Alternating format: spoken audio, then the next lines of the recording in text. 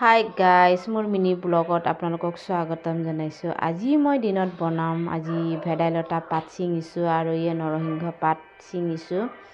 আজি ছানডে হয়, তাকে ৰেডি কৰি আছোঁ। দালি আৰু চাউল ভিজাই ল'লোঁ। তাৰপিছত আদা নহৰু, তাৰপিছত মই দালি বহাইছিলোঁ। দালিখিনিও মোৰ ৰেডি হৈ গ'ল। তাৰপিছতে মই ভাজিখিনিও বহাই দিলোঁ। চব ভাজিতে দি দিলোঁ। পিঁয়াজ চিয়াজ দি ধুনীয়াকৈ লৰাই দিছোঁ, তেল বেছিকৈ দি। মোৰ এইখিনিও হৈ যোৱাৰ পাছতে মই ভাতটো বহাই দিম। ভিডিঅ'টো কেনে লাগিছে গাইজ জনাবচোন। ভাল লাগিলেও জনাব, বেয়া লাগিলেও জনাব, তেতিয়াহে মই বনাব পাৰিম। আৰু ভাত মোৰ উতলিলে মাৰ কাঢ়ি দিওঁ।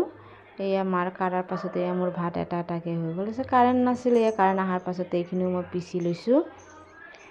মোৰ ভিডিঅ'ত ফলোৱাৰ্ছ বাঢ়িছে গাইজ, কিন্তু মোৰ ভিউ আৰু লাইকটো ইমান বঢ়া নাই। কি কৰিলে বাঢ়িব আপোনালোকে